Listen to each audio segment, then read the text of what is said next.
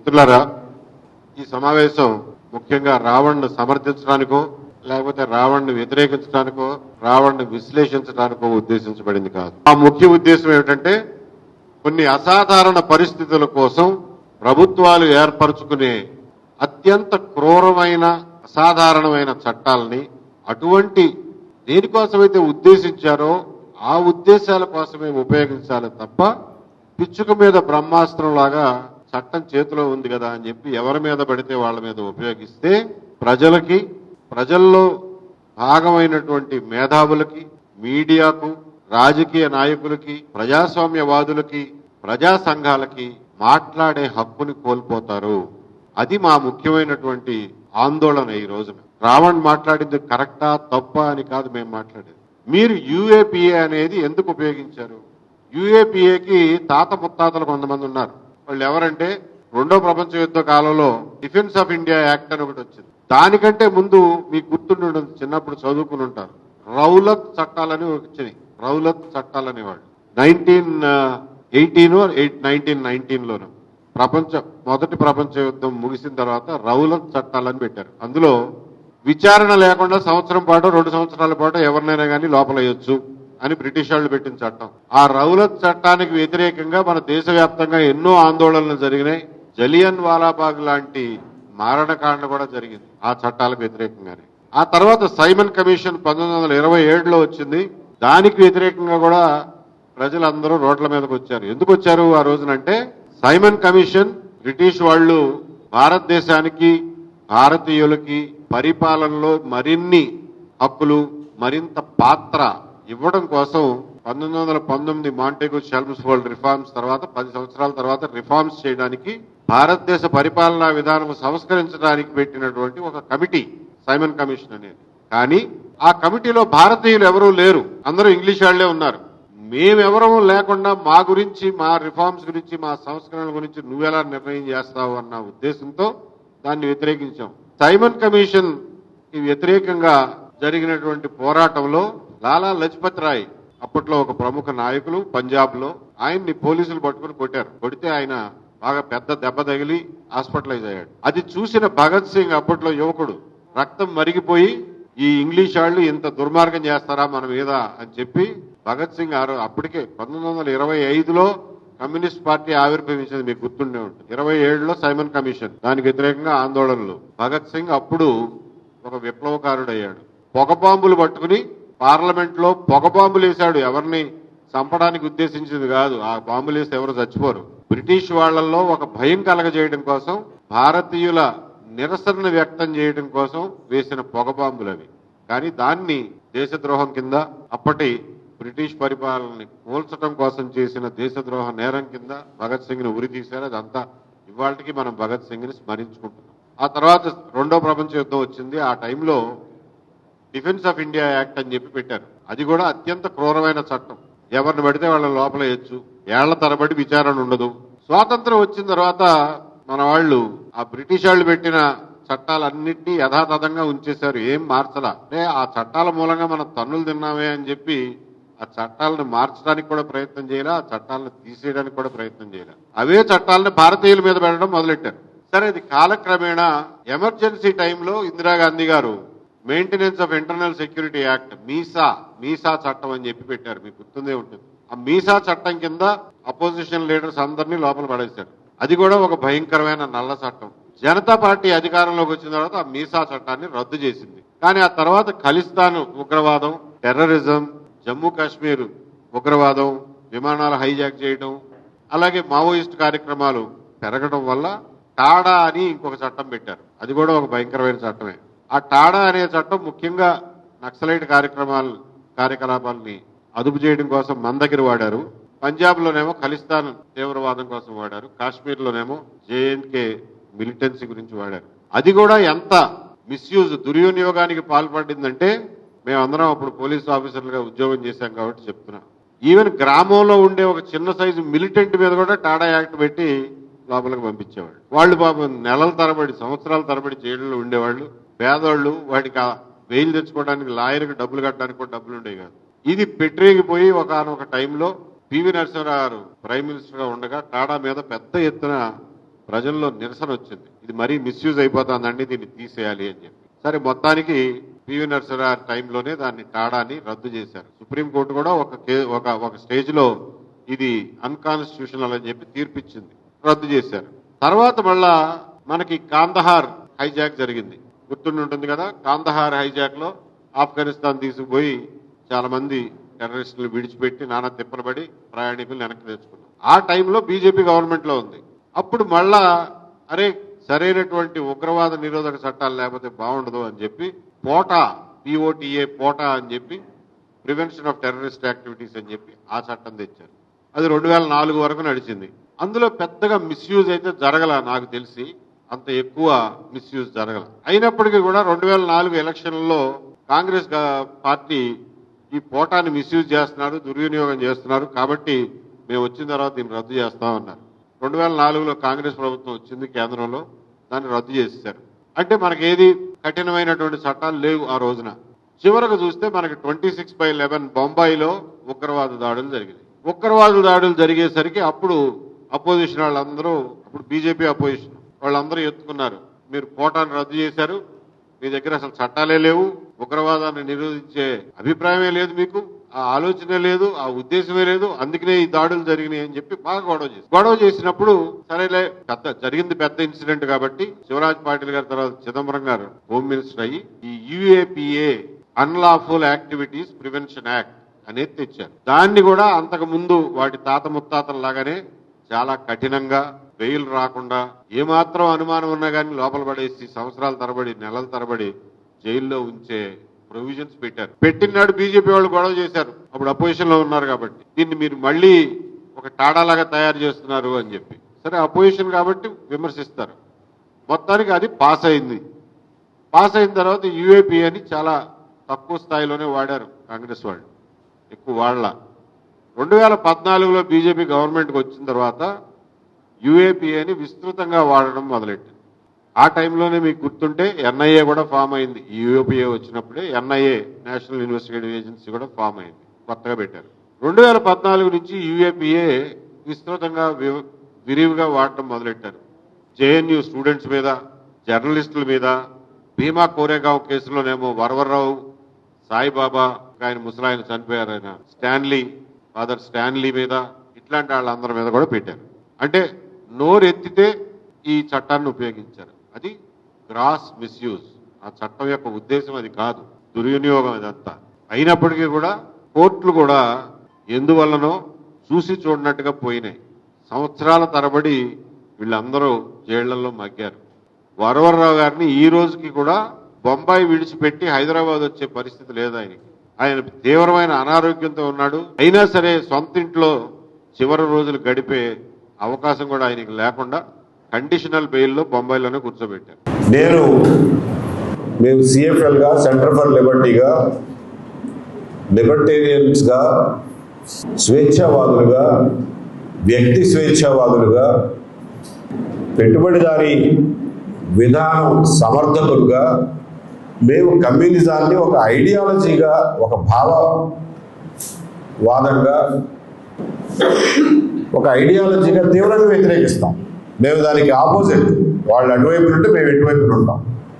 అయినప్పటికీ కూడా మావోయిస్టులు కానివ్వండి, కమ్యూనిస్టులు కానివ్వండి, క్యాపిటలిస్టులు కానివ్వండి, సెంట్రిస్టులు కానివ్వండి, ఎవరినైనా సరే వ్యక్తులుగా గౌరవిస్తాం, వ్యక్తుల హక్కుల్ని గౌరవిస్తాం, వ్యక్తుల హక్కులు రక్షింపబడాలి అని చెప్పి నినదిస్తాం.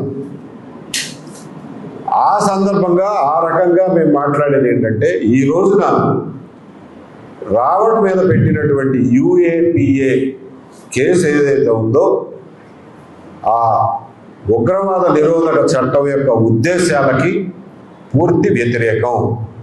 రావణ్ మీద పెట్టిన 20 పేజీల రిమాండ్ రిపోర్టు చదివాను. ఇందులో పెట్టిన సెక్షన్లన్నీ చదివాను. ఆ సెక్షన్లో ఒక్కొక్క సెక్షన్ అర్థం ఏమిటో తెలుసుకున్నాను. ఇందులో వాళ్ళు పెట్టినటువంటి ఎవిడెన్స్ కానీ, ఇందులో వాళ్ళు పెట్టినటువంటి రావణ్ చేశాడు అని చెప్తున్నటువంటి పనులు కానీ, అవి ఏవి కూడా UAPAలో పెట్టిన సెక్షన్ 13 కానీ, సెక్షన్ 39 కింద కానీ ఎట్టి పరిస్థితుల్లోనూ నిలబడవు. అంతవరకు చట్టం తెలిసిన వాడిగా ఆ మాత్రం చెప్పగలరు. మరి ఎందుకు పెట్టారయ్యా? జడ్జి గారు రిమాండ్ ఎందుకు ఇచ్చారు అని అంటే, విచారణలో ఆ సెక్షన్లు నిలబడతాయా లేవా అనేది వేరే విషయం. రిమాండ్ ఇవ్వడానికి పోలీసులు చెప్పిన కారణం అది వేరే అంశం. పోలీసులు ఏం చెప్పారంటే, లేదండి చూచాయిగా ఈయన మావోయిస్టు సానుభూతి పరుడని చెప్పి పలానా రాతల ద్వారా తెలుస్తుంది, కాబట్టి ఆయన ఫోను, ఆయన కంప్యూటర్లు, ఆయన ఇళ్ళు, ఆయన ఆఫీసులు, ఆయన బ్యాంక్ అకౌంట్లు అన్నీ వెతికితే కానీ ఈయన ఏమైనా వాళ్ళకి ఆర్థికంగా కానీ వేరే రకంగా కానీ సహాయం చేశాడో లేదో తెలీదు. ఇదంతా దర్యాప్తు చేయాలంటే టైం పడుతుంది. దర్యాప్తు చేసే టైంలో ఆయన కనుక బయట ఉంటే మా దర్యాప్తుకి ఆటంకం కలుగుతుంది, కాబట్టి జైల్లో ఉంచండి, రిమాండ్ ఇవ్వండి అని చెప్పి రాశారు. అందువల్ల రిమాండ్ వచ్చింది తప్ప ఇందులో పోలీసులు ఉటంకించినటువంటి రావణ్ చర్యల ఆధారంగా అతను యుఏపిఏ కింద శిక్షార్హుడు అని కాదు అతనికి రిమాండ్ ఇచ్చింది. ఇక వీళ్ళు రిమాండ్ రిపోర్ట్లో ఉటంకించినటువంటి 2 ముఖ్యమైన విషయాల గురించి మాట్లాడతాను. ఒకటి, రావణ్ 10 నిమిషాల వీడియోకి వాయిస్ ఓవర్ ఇచ్చాడు. వెనకాల నుండి వాయిస్ ఓవర్ ఇచ్చాడు. రాసింది వేరే వాళ్ళ, వాయిస్ ఓవర్ ఇచ్చాడు. అందులో కొన్ని ముక్కలు కత్తిరించి దాన్ని ఇందులో రాశారు. ఆ 10 నిమిషాల సారాంశం రాయిలా ముక్కలు కత్తిరించి రాశారు. ఆ ముక్కల్లో ఏముందంటే, హిడ్మా చనిపోతే, హిడ్మా కానీ కేశవరావు కానీ చచ్చిపోతే ఇంకొక హిడ్మా పుడతాడు, ఇంకొక కేశవరావు పుడతాడు, పోరాటం ఆగదు అన్న ముక్కలు కత్తిరించాడు. మీరెవరైనా కానీ, మీరందరూ చదువుకున్న వాళ్ళు కాబట్టి ఆ 10 నిమిషాల వీడియో రిమాండ్ రిపోర్ట్లో ఉంది. ఇది వాళ్ళ సోషల్ మీడియాలోనే దొరుకుతుంది. ఆ లింకులోకి వెళ్ళి చూస్తే ఆ 10 నిమిషాల్లో ఆ రాసిన వారు ఎవరో తెలియదు కానీ వాయిస్ ఓవర్ ఇచ్చింది రావణ్. అందులో చూస్తే పురాతన కాలంలో స్పార్టకస్ దగ్గర నుంచి ఇవాళ హిడ్మా వరకు అన్యాయానికి వ్యతిరేకంగా, అణచివేతకు వ్యతిరేకంగా పోరాటాలు జరుగుతూనే ఉంటాయి. అందులో ఒకడు స్పార్టకస్ కావచ్చు, ఇంకొకడు ఇంకొక పేరుతో రావచ్చు, ఇంకొకడు భగత్ సింగ్ కావచ్చు, ఇంకొకడు హిడ్మా కావచ్చు, ఇంకొకడు కేశవరావు కావచ్చు.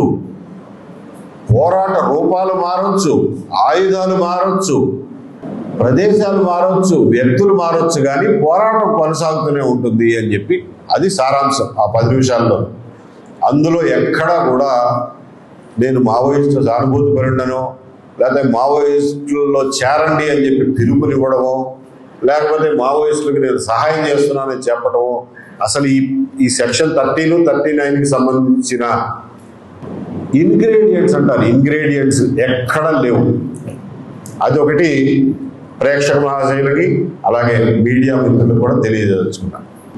ఇంకొకటి, వాళ్ళు ఇందులో ఉటంకించింది మిగిలిన సెక్షన్లు పెట్టారు కదా, 147, 148, 152, 192, 197, 353. అందులో అవేవి యూఏపీఏకి సంబంధించినవి కాదు, అవన్నీ బిఎల్ఎస్కి సంబంధించినవి. సరే, యూఏపీఏకి సంబంధించి అయితే ఇందులో మెటీరియల్ లేదు అనేది మేము చెప్పగలం. లేదు, రేపు పొద్దున ఇన్వెస్టిగేషన్లో మేము ఏదో తెస్తాము అని అంటారా? సరే, దానికి మేమే కాదనలేము, అవునలేము. పోతే ఇంకొక విషయం, హిందూ మతాన్ని కించపరిచే విధంగా, సనాతన ధర్మాన్ని కించపరిచే విధంగా ఇతను మాట్లాడాడు అని చెప్పి కొన్ని ముక్కలు ఇందులో ఉదహరించారు. ఆ వీడియో ఎక్కడ దొరుకుతుందా అని చూస్తే అది ఇవాళ యూట్యూబ్లో ఎక్కడ దొరకట్లా. వీళ్ళు రాయటమేమో కొన్ని వీడియోలు ఆయనే డిలీట్ చేశారని అన్నారు. నాకు మిగిలిన వాళ్ళు చెప్పింది ఏంటంటే, ఆ వీడియో నవంబర్ 25లో పబ్లిష్ అయినప్పుడు చాలామంది దాని మీద రిపోర్ట్లు కొట్టారు. దానివల్ల యూట్యూబ్ వాళ్ళే దాన్ని డౌన్ చేసేసారు, డిలీట్ చేసేసారు. అది ఇవాళ దొరకడం లేదు, మా దగ్గర కూడా లేదు అన్నారు. ఎవరన్నా అప్పట్లో డౌన్లోడ్ చేసుకుంటే వాళ్ళ దగ్గర ఉంటుంది, చూడండి. ఏది ఏమైనప్పటికీ కూడా నిన్న ఒక ఎక్స్ప్లెనేషన్ చూసింది ఏంటంటే, వీళ్ళు పెట్టిన ముక్కలు అతికిచ్చి పెట్టిన ముక్కలు. యాక్చువల్గా రావణ్ ఒక సుదీర్ఘమైనటువంటి ఉపన్యాసంలో రాధా మనోహర్ దాస్ అనే ఆయన మాట్లాడిన దానికి జవాబుగా మాట్లాడిన విశ్లేషణలో కొన్ని ముక్కలను తీసుకుని వాటిని అతికిచ్చి, ఇదిగో చూసారా హిందూ మతాన్ని ఇంత పెద్ద మాట అనేసాడు అని చెప్పి అన్నారు.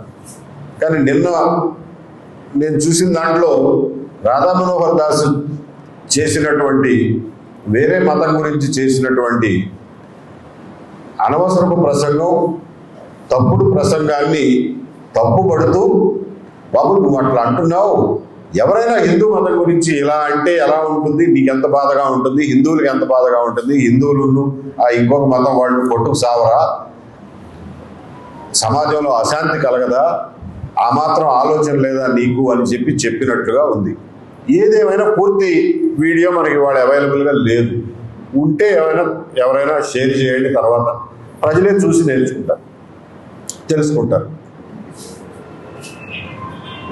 ముఖ్యంగా మేము తెలియజేయదలుచుకున్నది ఏంటంటే, మేము సెంటర్ ఫర్ లిబర్టీగా వ్యక్తి స్వేచ్ఛని అత్యంతంగా గౌరవించే మనుషులుగా భావ ప్రకటన స్వేచ్ఛ, freedom of expression, freedom of speech కంప్లీట్గా ఏ అడ్డంకులు లేకుండా భావ ప్రకటన స్వేచ్ఛ మనుషులకి ఉండాలి అని గట్టిగా నమ్మే మనుషులు, దానికోసం పోరాడే మనుషులు. మా రాజకీయాలు, మా రాజకీయ భావాలు, మా తాత్విక భావాలు అన్నీ కూడా భావ ప్రకటన స్వేచ్ఛకి అనుకూలమైనటువంటి. మీ నుంచి వచ్చే ప్రశ్నలు కూడా ఊహించి మరీ చెప్తాను. తర్వాత ఇంకొక విషయం చెప్పి ముగిస్తాను. రావణ్ మీద పెట్టిన 4 కేసుల్లోనూ బెయిల్ వచ్చింది తనకి. ఎందుకు వచ్చింది బెయిలు? అవన్నీ బెయిలబుల్ అఫెన్సెస్ కాబట్టి, 2 ఏళ్ళు 3 ఏళ్ళు శిక్షలు ఉండే సెక్షన్లు కాబట్టి బెయిల్ వచ్చింది. ఏ జడ్జి అయినా బెయిల్ ఇవ్వక తప్పదు. 4 పోలీస్ స్టేషన్ల చుట్టూ తిప్పి, 4 కోర్టుల చుట్టూ తిప్పి, 4 సార్లు బెయిల్ తీసుకున్న తర్వాత అప్పుడు యూఏపీఏ గుర్తొచ్చి ఎప్పుడో పాత వీడియో ఒకటి తీసి అందులో కొన్ని ముక్కల్ని తీవ్రవాదాన్ని సమర్థించేదానిగా, లేకపోతే వారికి ఊతమిచ్చేలాగా, అబెట్మెంట్ చేసేలాగా ఉంది అని చెప్పి ఈ కేసు పెట్టారు. మనకి చట్టంలో బూతు మాటలు మాట్లాడితే, ఒక వ్యక్తిని దూషిస్తే, బూతులు తిడితే ఏ సెక్షన్ కింద శిక్షార్హుడు అవుతాడు అనేది మన దగ్గర క్లియర్ గా ఉంది. అది ఇప్పుడు బిఎన్ఎస్ సెక్షన్ 352, అంతకుముందు ఐపీసీలో 504 అని ఉండేది. అదేంటంటే ఇంటెన్షనల్లీ ఇన్సల్టింగ్, కావాలని చెప్పి ఒకళ్ళని అవమానపరిచే రకంగా బూతులు మాట్లాడడం. కాకపోతే దానికి శిక్ష, మాక్సిమం శిక్ష 2 సంవత్సరాలు. అది నాన్ బెయిలబుల్, అది bailable case, non cognisable case. అంటే మీరు పోలీస్ స్టేషన్కి వెళ్తే ఎఫ్ఐఆర్ రాయలేరు. మీరు పాత సిఆర్పిసి 200 సిఆర్పిసి కింద, లేకపోతే ఇప్పుడు దాన్ని ఎంత 223 బిఎన్ఎస్ఎస్ కింద ఒక మ్యాజిస్ట్రేట్ కోర్టుకి వెళ్లి మీరు ఒక అర్జీ పెడితే, అందులో వాస్తవాలు చూసి వాళ్ళు పర్మిషన్ ఇస్తే అప్పుడు పోలీసులు దాని మీద ఒక ఎఫ్ఐఆర్ రిజిస్టర్ చేసి దాన్ని ఇన్వెస్టిగేట్ చేయొచ్చు. అది కూడా బెయిలబుల్ కేసు. అక్యూజ్డ్ వచ్చి బెయిల్ సమర్పిస్తే మ్యాజిస్ట్రేట్ బెయిల్ ఇవ్వాలి. కానీ విచారణ చేయదగినటువంటి కేసే. అంటే బూతులు తిడితే ఊరుకుని కూర్చోవాలా అంటే ఊరుకోక్కర్లా. బూతులు తిడితే మ్యాజిస్ట్రేట్ కోర్టుకి వెళ్ళి ప్రైవేట్ కేసు వేయండి, ఖచ్చితంగా దాని మీద విచారణ జరుగుతుంది, శిక్షలు కూడా పడతాయి. ఎక్కడికి పోతే అంత రికార్డు మీదే ఉంది కదా. అలాగే మతాలను కించపరిచేలాగా ఎవరైనా మాట్లాడితే ఊరుకోవచ్చా అని అంటారు. ఏమాత్రం ఊరుకోవాల్సినటువంటి అవసరం లేదు. ఎవరైనా సరే మతాన్ని కించపరిచే రకంగా మాట్లాడితే దానికి కూడా క్లియర్ గా సెక్షన్ ఉంది. ఇప్పుడు బిఎన్ఎస్ లో 299, పాత ఐపీసీలో 295A అనే సెక్షన్. అది కూడా promoting insult to religion or religious beliefs with intent to outrage religious feeling. దానికి కూడా శిక్ష 3 సంవత్సరాలు. దాని కింద కేసు పెట్టండి. అలాగే మతాలను కించపరిచేలాగా ఎవరైనా మాట్లాడితే ఊరుకోవచ్చా అని అంటారు. ఏమాత్రం ఊరుకోవాల్సినటువంటి అవసరం లేదు.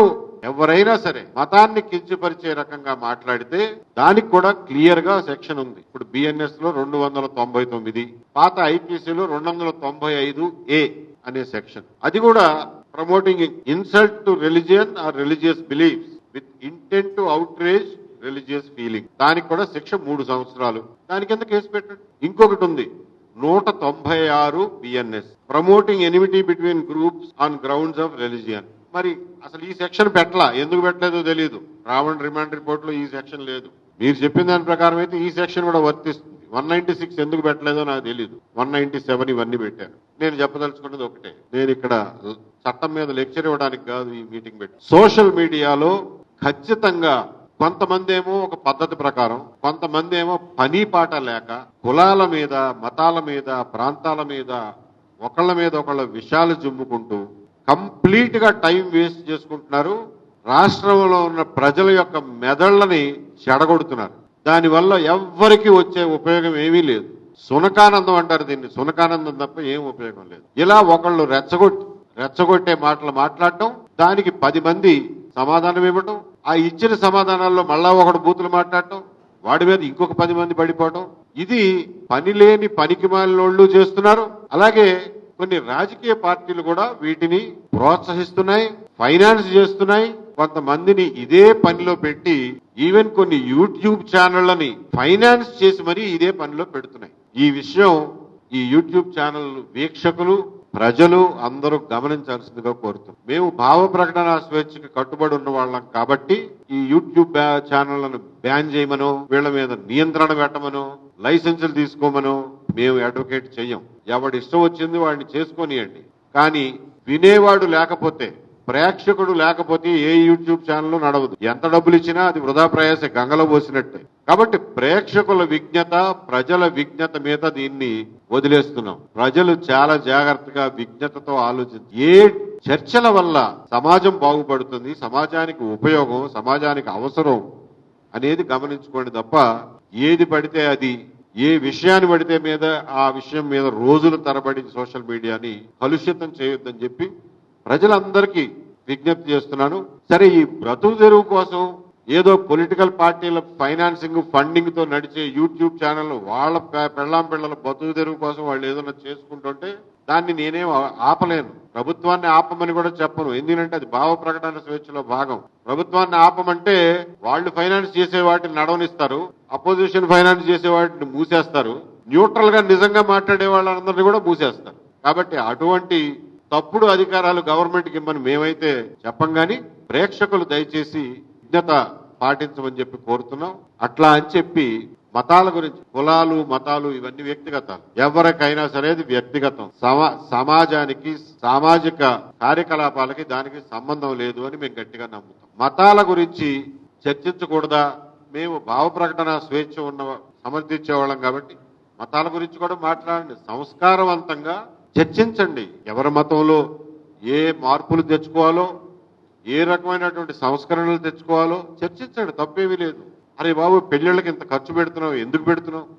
ఇన్ని కార్యక్రమాలు ఏంటి, ఇన్ని ఫంక్షన్లు ఏంటి, ఎందుకు ఇంత ఖర్చు అనేది చర్చించుకోండి. అది మతానికి సంబంధించిందే, మన సంప్రదాయానికి సంబంధించిందే, మన సంస్కృతికి సంబంధించిందే, మన అలవాట్లకు సంబంధించిందే.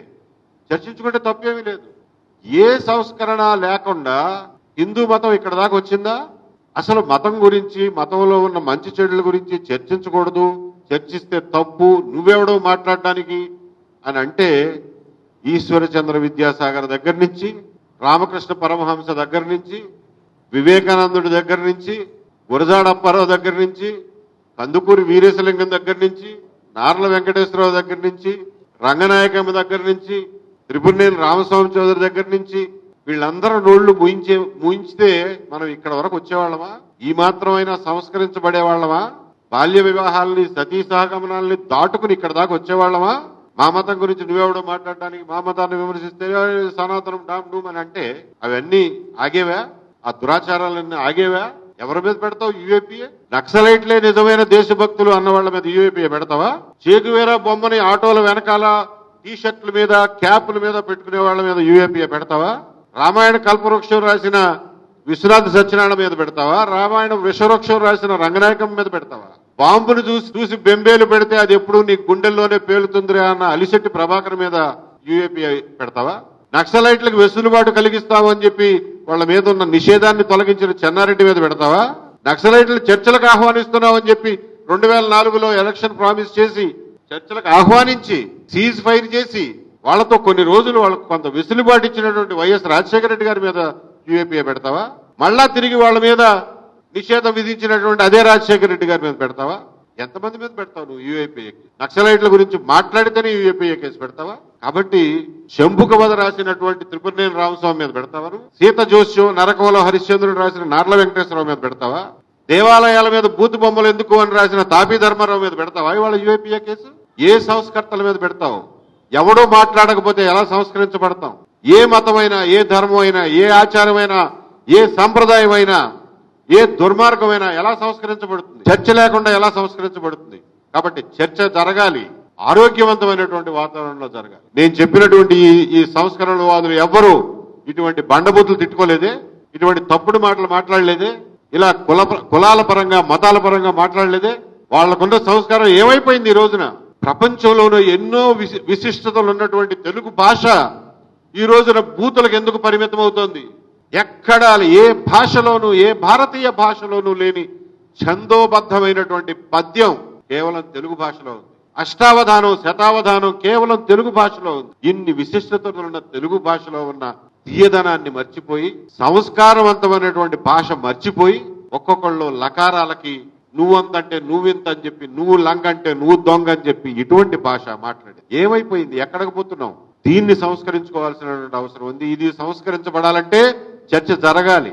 రావణ్ తప్పు చేస్తే రావణ్ ఇది నువ్వు తప్పు చేశావు, ఈ లైన్ దాటావు అని చెప్పగలగాలి. అంతే తప్ప యూఏపీఏ కేసులు పెట్టి చర్చని, ఆలోచనల్ని, మేధస్సుని, మాటని భయభ్రాంతులకు గురి చేయటం ఈ రాష్ట్రానికి మంచిది కాదు, మన సమాజానికి హితవు కాదు.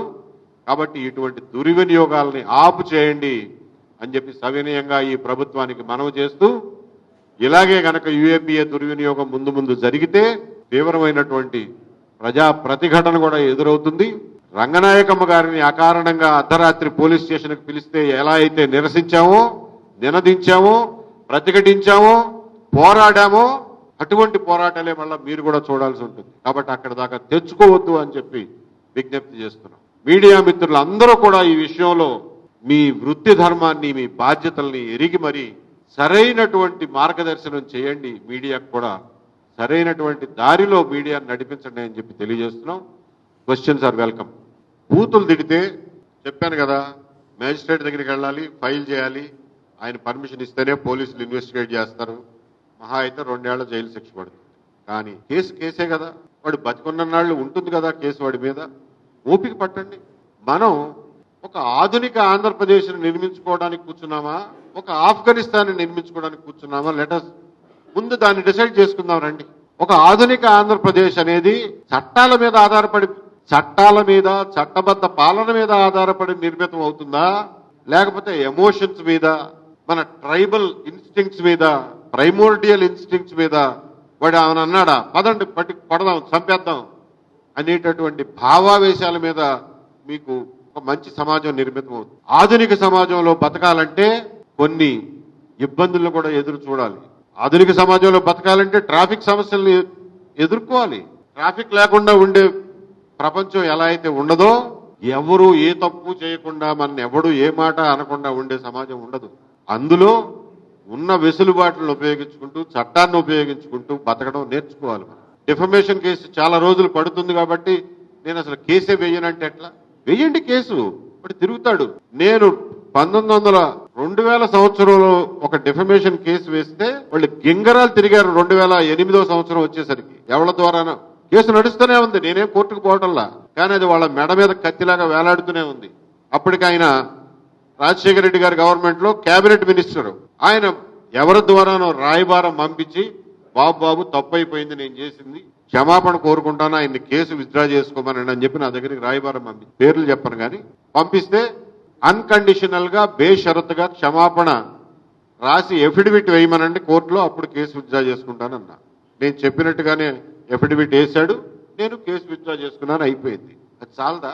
కాబట్టి చట్టపరంగా పోదాం. 2 ఏళ్లు కాకపోతే 20 ఏళ్లు పట్టనివ్వండి. That's a civilised way of behaving. పోలీసులు ఏముందండి బక్క ప్రాణులు బాబు. నేను ఎందుకు మాట్లాడతాను ప్రతి వాళ్ళ గురించి?